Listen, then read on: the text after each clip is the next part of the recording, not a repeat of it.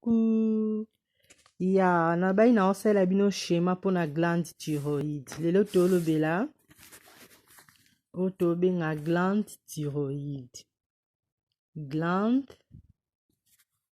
thyroïde. Glande thyroïde eza na forme nini? Glande thyroïde eza na forme ya papillon. Papillon nayeba ko dessiner. Glande thyroïde eza na forme oyo. Glande thyroïde eza na forme oyo ezala na niveau ya cou donc na kingo. Eza na kati ya kingo eza organe. Eza organe na kati ya kingo. Siko na kati ya organe oyo ebon epezaka 10 à 20 grammes. Epa mibali na ti H homme ezalaka un peu munene. Un peu munene. Po tozolobela na lingala. Epa mibali eza un peu munene. Epa ya basi eza mukie. Eza normal quoi. Eza mukie par rapport à mibali. Sikoyo glande thyroïde yango oyo eza thyroïde. Thyroïde na kati ya thyroïde toza na ba selile. Ba selile ezala sous forme ba bâton. Toyebi biso na to ba selile parce que to bandela na ba selile biso bato. Bomona yango nde eza centre à vie na biso ba selile. Siko na kati ya ba selile oyo eza na kati ya glande oyo. Eza na kati ya ba selile wana eza na ba protéine. Tozwi neti selile yango oyo. Eza sous forme ba bâton boye. Na kati ya organe oyo ya thyroïde toza na ba selile. Ba selile eza na kati ya ba selile toza siko na ba protéine oyo tobenga enzyme. Ba enzyme. Oyo eza organe mobo eza na kingo na côté ya C. Côté ya C ya kingo côté ya trachée. Na lobelaki yango tolobelaka ba larynx na pharynx. Ba enzyme. Enzyme oyo eza protéine chimique. Eza protéine chimique. Rôle nango eza pona accélération ya réaction chimique na kati ya nzoto na biso donc métabolique. Métabolique. Rôle ya ba enzyme wana. Tu vois. Siko ba enzyme oyo po esala eloko tozo benga glande. Po esala glande déjà na expliquer bino so eza nini. Po ebenga ma glande to benga eloko ezosala ba hormone. Po glande sécréta ba hormone. Po siko yango sécréter ba hormone enzyme ekozala siko na besoin enzyme akozala na besoin ya D éléments. Na D éléments wana pardon. Enzyme akozala na besoin ya D éléments. Na D éléments wana eloko ya liboso akozala nango eza iode. Ya mibale akozala nango eza tyrosine. Ba élément o mibale enzyme akozala nango besoin. Siko enzyme akozwa ngo ba o mibale siko oyo bako sangana basali siko otobenga T3 na T4. Bomona ngo T3 na T4. Siko T3 oyo tobenga ngo thyroïdien.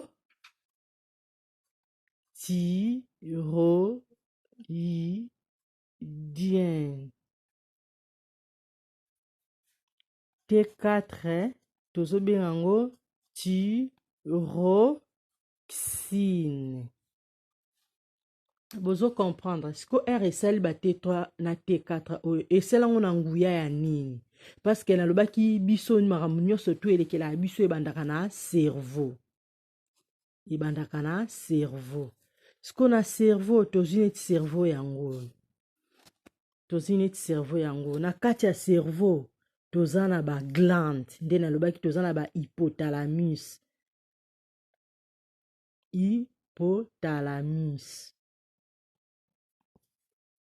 Na ba hypophyse. na ba hypophyse, thalamus, toza na ba épiphyse,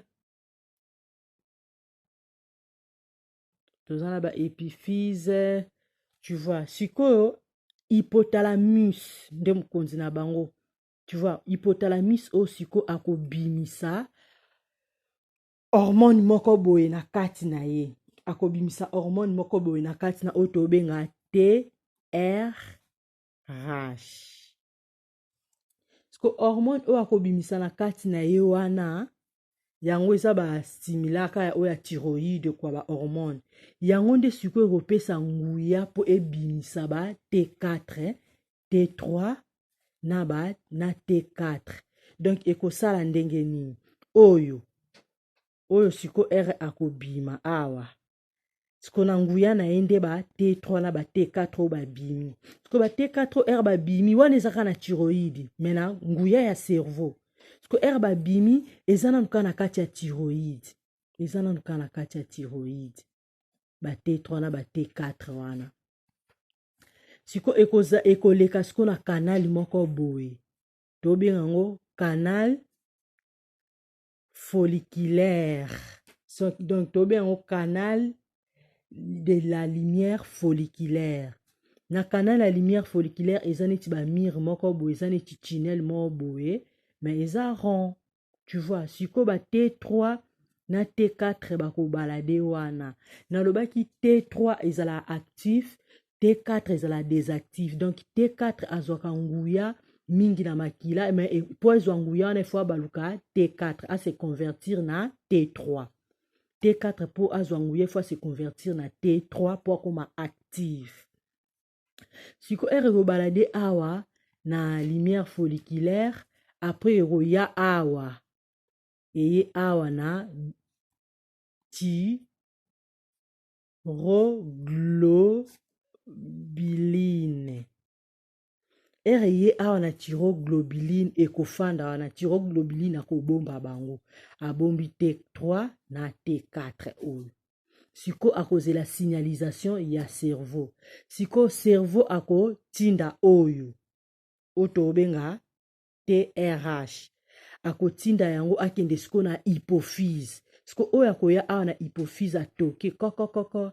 Hypophyse ndenge za bongo tinda eloko ekende ko stimule thyroglobuline po akotisa ba T3 na kati ya makila. Hypophyse parole ba bon, ok, problème ezate hypophyse siko ye akobimisa nini na bimisi TCH. Eza ba stimulant, donc stimulant thyroïdienne, eza ba hormone. Akobimisa ngo siko oyo ebimi ekoya sikoyo awa po eyebisa ye ke tinda sikoyo ba hormone na makila. Ale ba hormone oyo T3 na T4 ekotisko na sang, ekotisko na makila.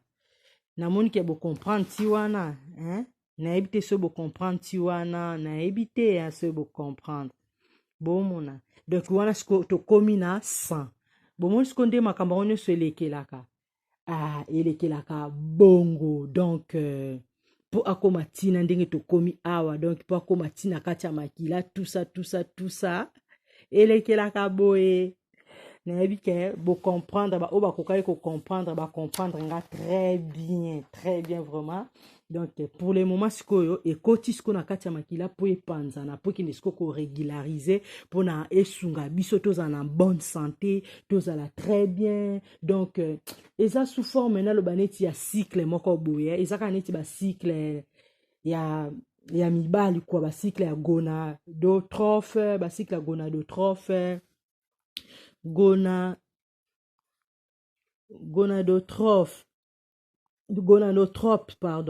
gonadotrope eza ba cycle pour na testostérone, tu vois, ya mibali tout comme ça, biso basi ba ovaire ba stimulant, surtout parce que glande thyroïdienne et joue un rôle makasi même pour na ba hormone na biso bana basi. Yango bomona soki omoni mutazana mo ba complication mabota soki nini balinga pe ba vérifier ba thyroïde wana, ba glande thyroïdienne wana soki eza assez.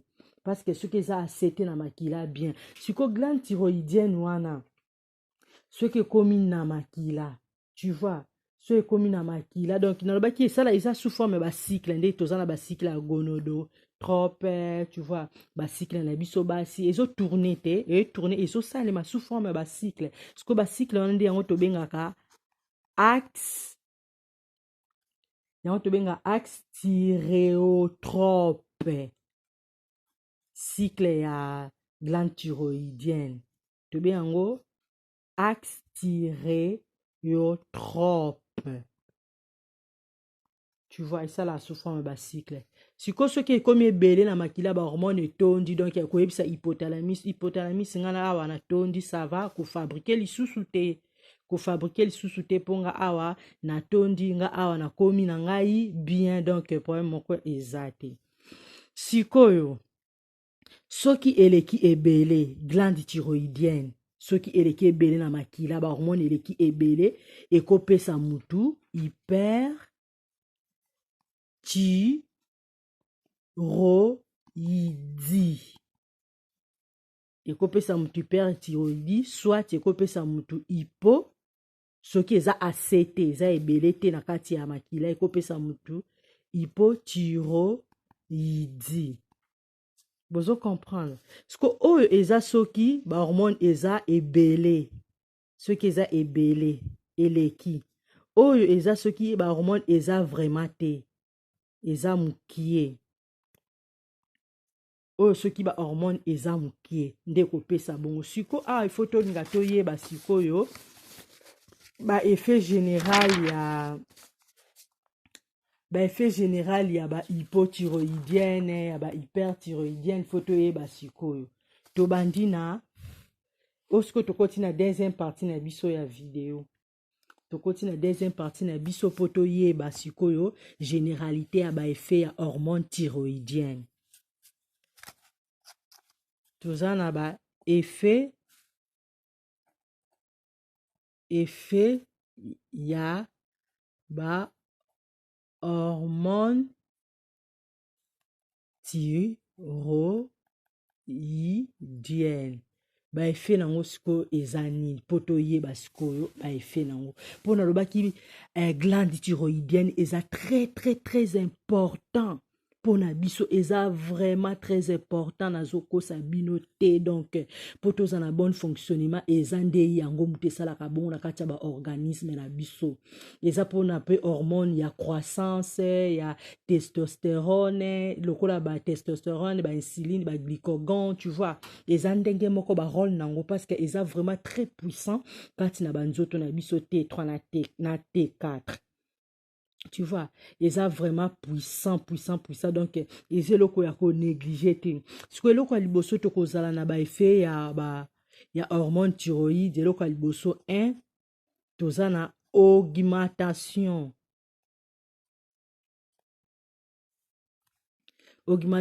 ya consommation ya oxygène bomona baeffet nango consommation ya oxygène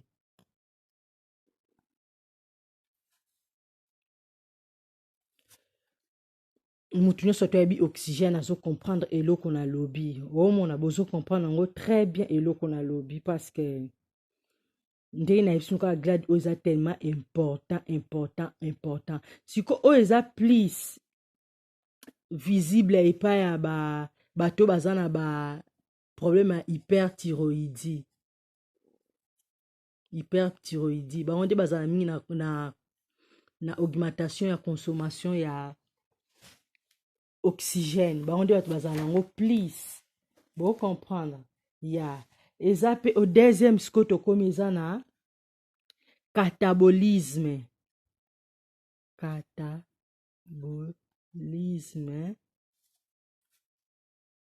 ya glycide lipide protide bozoyeba bamo ezobima wana oyo graisse oyo sucre oyo protéine donc ekose catabolize eza mpona catabolisme ya biloko oyo donc pardon, air tozosala na métabolisme tozala catabolisme na anabolisme. Donc biloko ndenge ezosala catabolisme nango mpo ekoma glycide lipide yango mpe thyroïde ejwaka rôle wana. Thyroïde ejwaka rôle wana makasi. Donc yango bomona bato oyo baza na bamingi bahypothyroïdi omona azokoma sec pamba omona mutu aza donc ezobouffe graisse quoi. Ezolia graisse donc mutu azokoma sec tout consort parce que yango ebouffaka penza avec toute vitesse. Donc inda ko bouffer omona donc na métabolisme nango wana ndenge eza bon. Siko troisième effet toza na augmentation ya chaleur corporelle. Augmentation ya chaleur corporelle. Natika bo chaleur corporelle. Tu vois.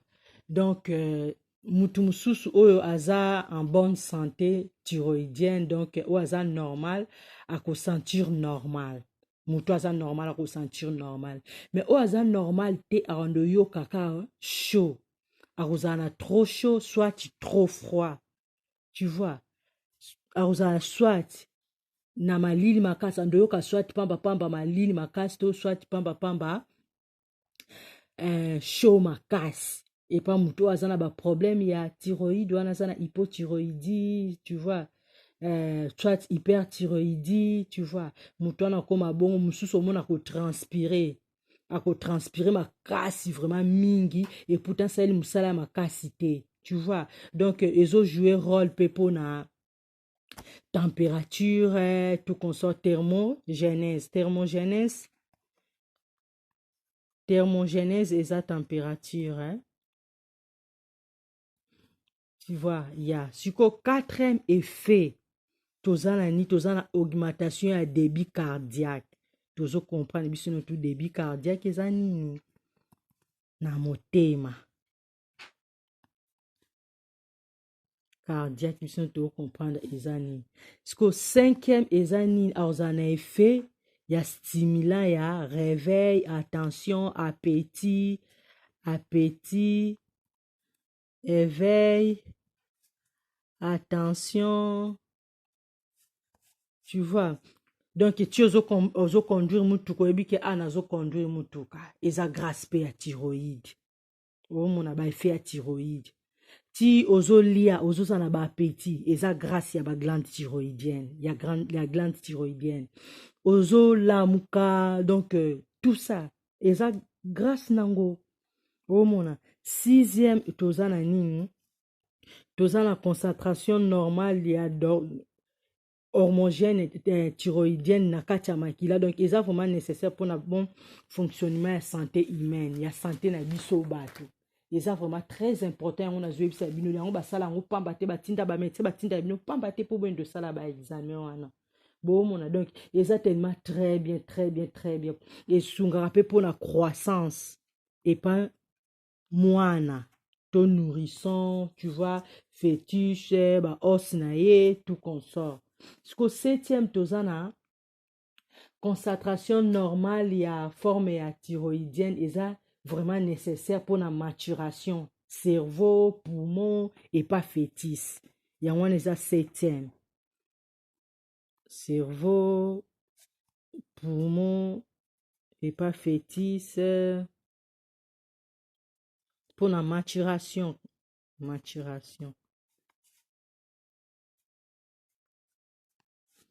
omona donc siko tokoti na troisième partie ya video na biso na troisième partie ya video na biso nakolobela nini nakolobela hypothyroïdie nakolobela hypothyroïdie hypothyroïdie nayebisa bino eza aire mutu azosécrete vraiment mingi te ba hormone thyroïdienne soki eza vraiment ebele te eza insuffisante omona siko kuna tokozala na 5 raisons sur hypothyroïdie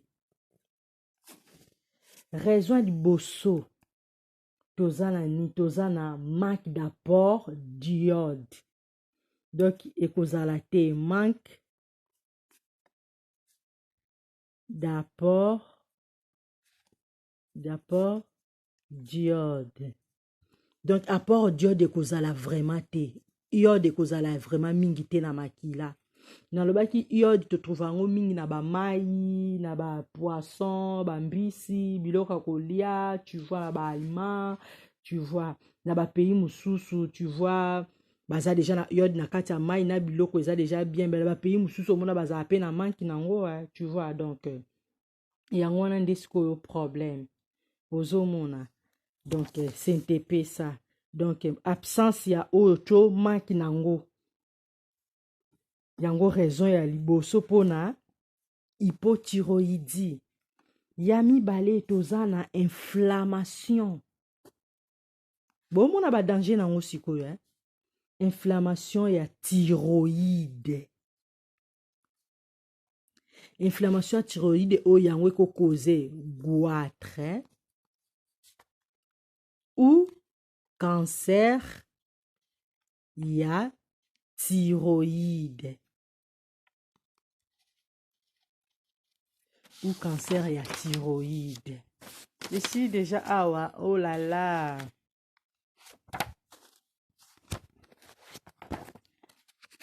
Goitre ou cancer ya thyroïde. Na combien de cas ouais, vous comprendre. Ou cancer ya thyroïde. Sikoyo, troisième raison ya hypo. Nazolbe ya hypo. Hypothyroïdie. Hypothyroïdie. Troisième raison, eza nini? Eza maladie. Maladie auto-immune. Ça veut dire na kati ya nzoto na biso tozalaka na ba défense immunitaire oyo ebundela biso kati na nzoto.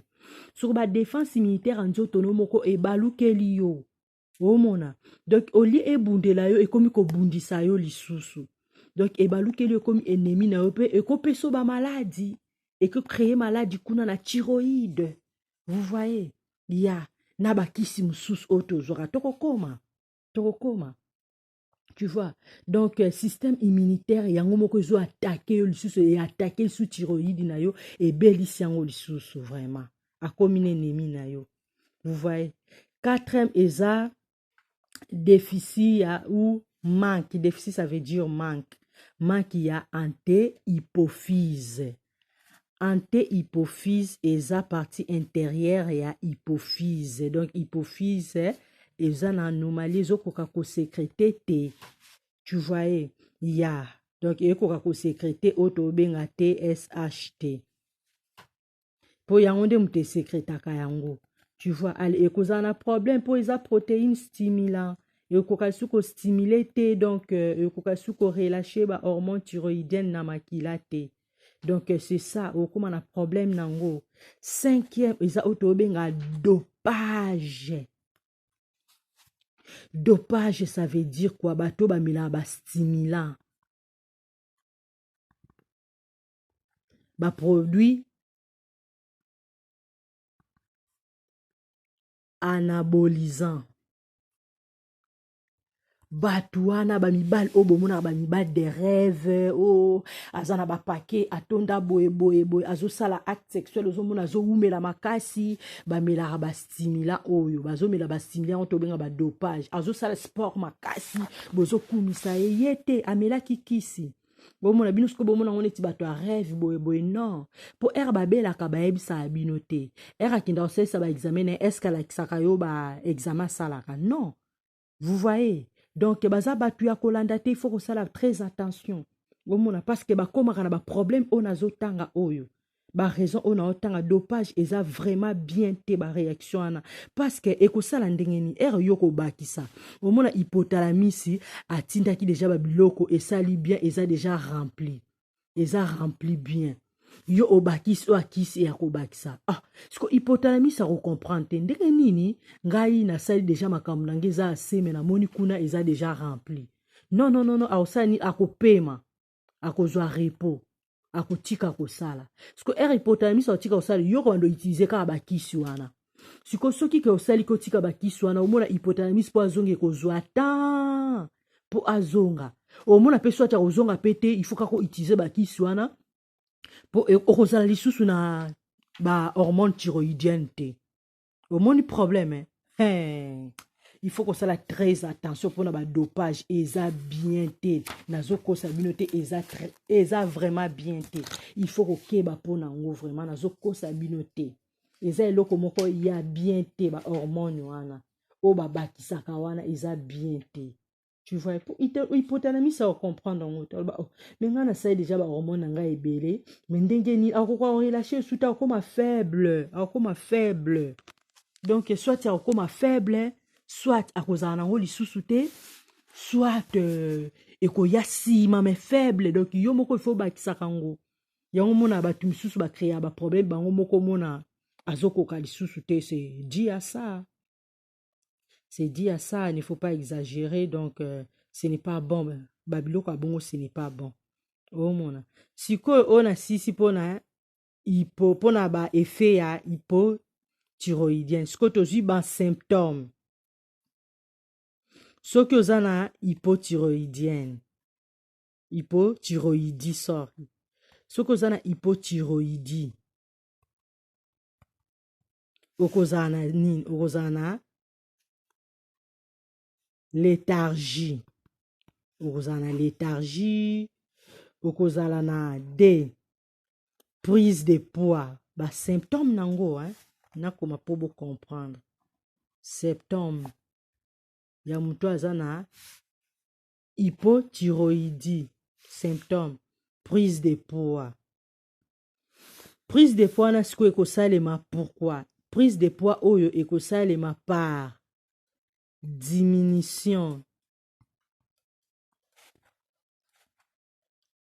ya métabolisme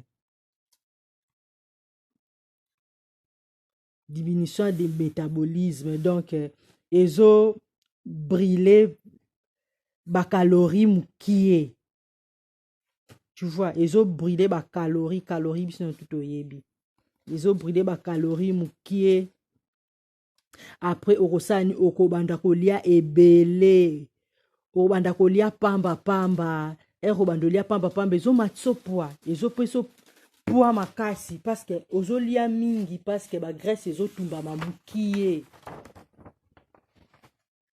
bagraisse ezotumbama ale ezotumbama vraiment ndenge etumbamaka te me mokie sikoyo ebando peso envie ya kolia ale ozoya monene troisième toza na constipation bino mo boyebi constipation donc intime nayebisa bino nyonso wana eza suite ya manque ya bahormone thyroïdienne bomona donc parce que kobouge lisusu mwa entérogastrite bomona donc ce n'est pas bien ba T3 na ba T4 wana eza tellement important na nzoto ekopeso constipation 4e ekopeso ba œdème na nzoto mobimba okoma monene ba œdème ekosala nzoto mobimba 5e okoma na sensation ya froid obando yoka kaka malili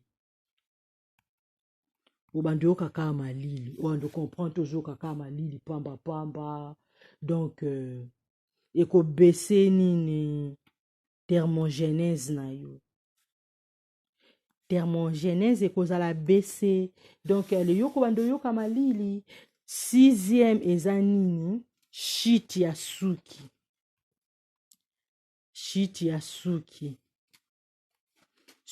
ebanda kokola lisusu te suki ekomi kokwea pamba oyo tobengaka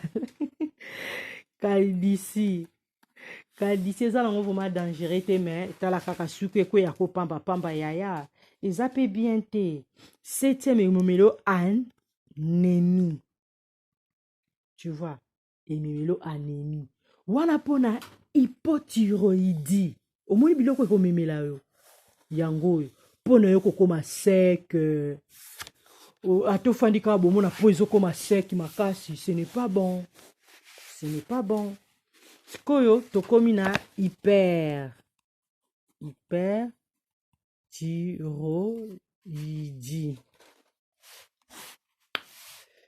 Na hyperthyroïdie to ba symptôme nini oyo toza nango eloko ya liboso toza na hyperthyroïdie toza na perte ya poids okosala nini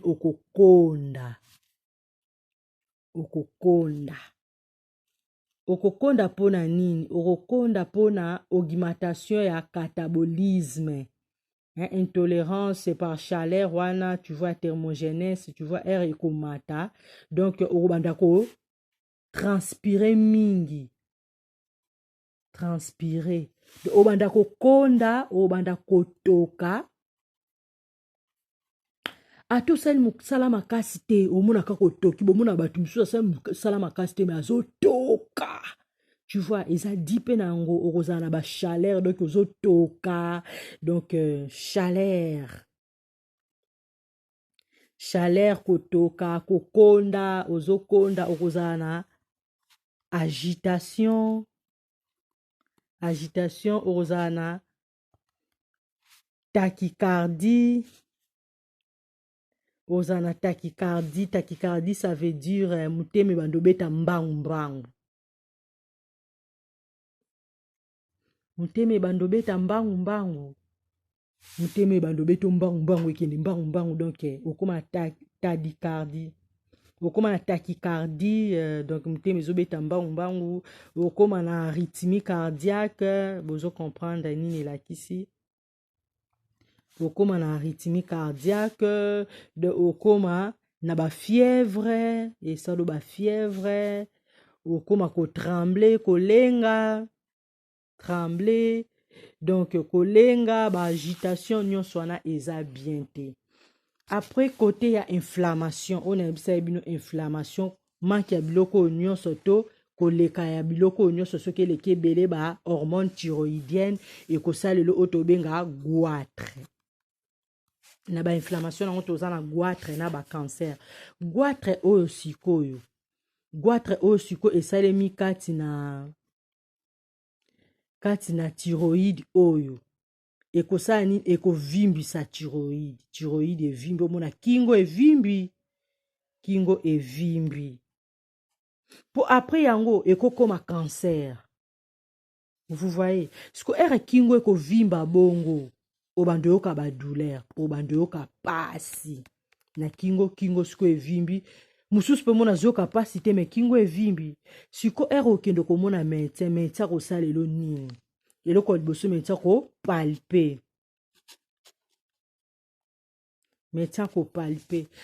akopalpe yo po yo moko okokopalpe te mutu ye moko akokopalpe te ifo kaka médecin mutu apalpe yo médecin siko ere akopalpe yo akoyebisa yo akopusa akopalpe yo mwa moke na sia kingo wana place thyroïde eza siko akoyebisa yo omela soyi osala neti oavale soki omeli soyi nde place ya komona siko thyroïde wana bomona nde médecin akomona yango atali akonsite na kopalpe après eloko ya mibale médecin kosala eloko ya mibale akosengo baexamen biologique baexamen biologique ça veut dire osala prise de sang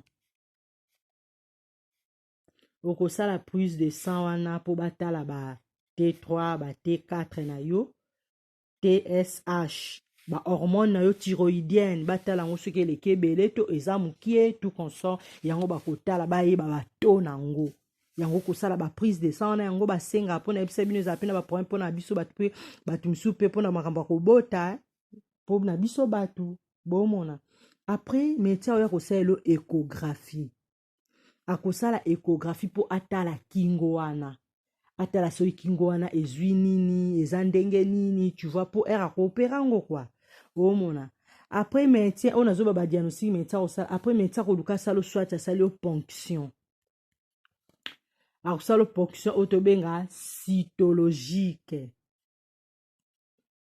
médecin akosala ponction cytologique de ere akosala ponction cytologique wana eza un peu douloureux ponction eza un peu douloureux donc akozwa mwa tonga moko ya mokie kwa tonga moko fine donc eza vraiment un peu douloureux eswaka mwa mokie mais mpo kaka ozala bien kwa omona mpo eswaka Siko examen oyo akosala ponction oyo akosala cytologique ponction oyo cytologique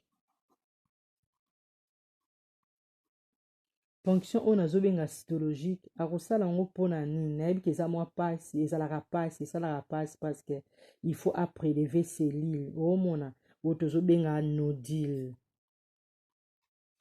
nodile eza baselile oyo ya goitre tu vois soki thyroïde na yo esali nodile yango wana sikomoni médecin akosala ponction cytologique mpona soki mpe koprélever baselile ya nodile oyo omona kosala yango par aiguille moko boye fine tout consort c'est un peu douloureux quoi après médecin oya kosala nini aoya kosala scintigraphie scintigraphie ezoconsiste ya koinjecte par voie IV hein? IV eza intraveineuse par voie IV à injecter produit radiactif. Produit radiactif. À injecter produit radiactif, wana ensuite okosalonge sikoya kosala ngona mukongo. Akosala ngona mukongo pour détecter ba rayonnement wana, tu vois, produit radiactif wana yango insister na bongo pour ayeba ko distinguer ba nodule. Parce que tozana ba nodile mibale nodile mususu eza chaud nodile mususu eza froid par yango nda kosala mpona ayeba kosala siko soki esengi opération mikolo opération ya goitre ya balongola koma kolongola thyroïde pourquoi poso balongoli par exemple yango oyo soki tolongoli oyo soki tolongoli oyo kotikala awa ekokoma na problème lobi tu vois ekokoma na problème surtout bino moboyebi cancer kutu ndenge ezala po mutu déjà oyo abela déjà cancer fo akeba parce que ekozonga omona antécédent parce que ekozongele lisusu sikoyo mpona kosilisa makambo mbala moko balongoli kaka nyonso oyo basala lisusu opération totale te et pardon opération partielle te sorry bakoma kosala opération totale opération partielle etikala lisusu te balongoli kaka nyonso oyo après okoma kovivre na oyo sikoyo bango bando koti so bakoma peso na bakisi na tout ça donc c'était ça na outu expliquer bino glande thyroïde j'ai tout fini donc que Dieu vous bénisse moi aussi je vous aime trop bien donc nasepeli mingi bozala bien nasala biloko nyonso kaka mpona bino parce que po boyeba médecine ndambo ekosala vraiment très bien. Merci, que Dieu vous bénisse. Bonne soirée, bisous.